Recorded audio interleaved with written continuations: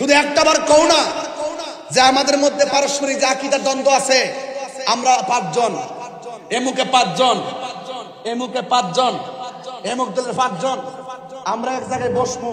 এইটা শোনেন, আমরা এক জায়গায় বসমু, রাজি আছেননি? আচ্ছা, আপনারা রাজি আছেননি? এই দেশে যত ইসলামী দল আছে এদেরকে ডাক দেন।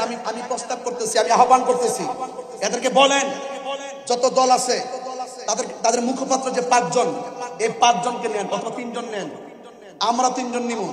কোথায় বসবেন? বসেন, বৈশা বলবো যে আপনার সাথে আমার সমস্যা কি, এই সমস্যা কি ফাইন্ড আউট করেন, আপনার সমস্যা কি ফাইন্ড আউট করেন, আমার সমস্যা আপনার সাথে কি আমি ফাইন্ড আউট করব।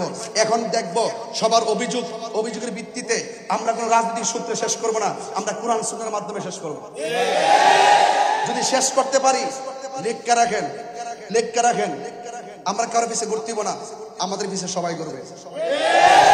আর দিনে একটা, রাইতে আর একটা, সকালবেলা বলো আমি আপনার সাথে আসি, রাত্রেবেলা বলো বান্ডেল দেন নাইলে নাই, বান্ডেল দেন নাইলে নাই।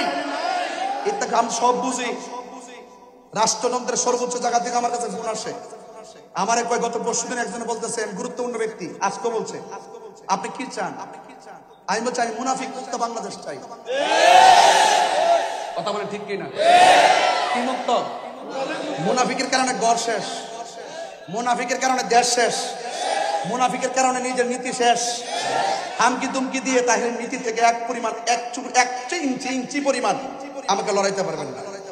আমি অন্যের কাছে আমার নীতি বিসর্জন দিব না, অন্যের কাছে আমার নীতি বিসর্জন, আমার নীতি আছে, আমার কোয়ালিটি আছে। তুমি আমাকে যতই ফতোবাজি করো, যাই বলো, দিন শেষে এখন কিন্তু রাষ্ট্রযন্ত্র বুঝতে সক্ষম হচ্ছে এই ছেলেটাকে, এতদিন পরে তাকে আমরা কি মনে করতাম, আসলে দেখতেছি এই ছেলে যা বলে এরা তো সুন্নিদের কথা। এই সুন্নিয়তের দলটাই এই স্বাধীনতার 53 বছর পর্যন্ত আমরা বুঝাইতে সক্ষম হয়েছি এই দেশে একমাত্র শান্তিপ্রিয় দল আহলুস সুন্নাত ওয়াল জামাত। কথা বলেন ঠিক কিনা বলেন?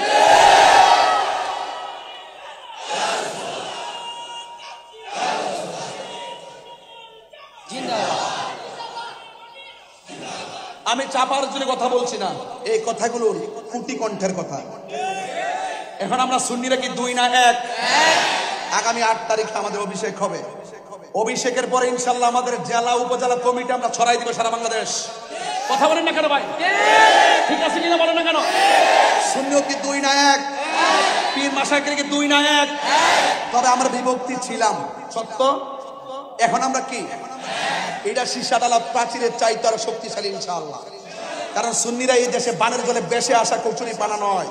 এই সুন্নিরা এই দেশে আউলিয়া কেরামদের মাধ্যমে যে আদর্শটা লালন করেছে, এটা রিয়েল আদর্শ। কথা বলেন ঠিক কিনা? সাহাবায়ে কেরাম বলে, নবী গো থুতু মুবারক দেন, আমরা চেহারায় মালিশ করব। সুবহানাল্লাহ বলবেন না? এটাই প্রেম। আর যারা বলে নবীজি আমাদের মতো সাধারণ মানুষ, এরা কখনো মুসলমান হতে পারে না। নবীর সঙ্গে সৃষ্টি জগতে কারো কোনো তুলনা আছে? তা আপনারা আপনাদের লেখনীতে অনেক ভুল আছে, এই ভুলগুলো লিখিত করেন, আমরা লিখে দিব, আপনারা সংশোধন করেন। এই ভুলগুলো আমরা লিখে দিব, আপনারা সংশোধন করেন। আর একাডেমিক ভাবে বসুন। আবার নবী পাক সাল্লাল্লাহু আলাইহি ওয়াসাল্লামের আদর্শ থেকে আপনারা দূরে যাবেন না। ইতিমধ্যে আপনারা কিন্তু অর্ধেক শেষ করে দিয়েছেন, ইসলামের জবাই করে দিয়েছেন।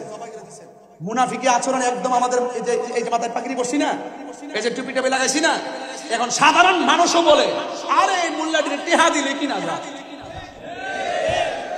টাকা দিয়ে সবারই কিনতে পারলো, সুন্নিদেরকে কিনতে পারবো না। সুন্নিরা টাকার কাছে বিক্রি হয় না, ডলারের কাছে বিক্রি হয় না, চেয়ারের কাছে বিক্রি হয় না, ক্ষমতার কাছে বিক্রি হয় না। আরে সুন্নিরা আমার নবীর কদম মুবারকের প্রেমের কাছে বিক্রি হয়ে গেছে। আমরা কারো দালালি করি না, সুন্নিরা মদিনাওয়ালার প্রেমের দালালি করে। কথা বলেন ঠিক কিনা বলেন? আমি আহলে সুন্নাত ওয়াল জামাতের সকলকে অনুরোধ করে বলবো, ইনশাআল্লাহ আমরা একের পর এক যে স্টেপগুলো নিব, দেশের কল্যাণে নিব, ধর্মের কল্যাণে নিব ইনশাআল্লাহ।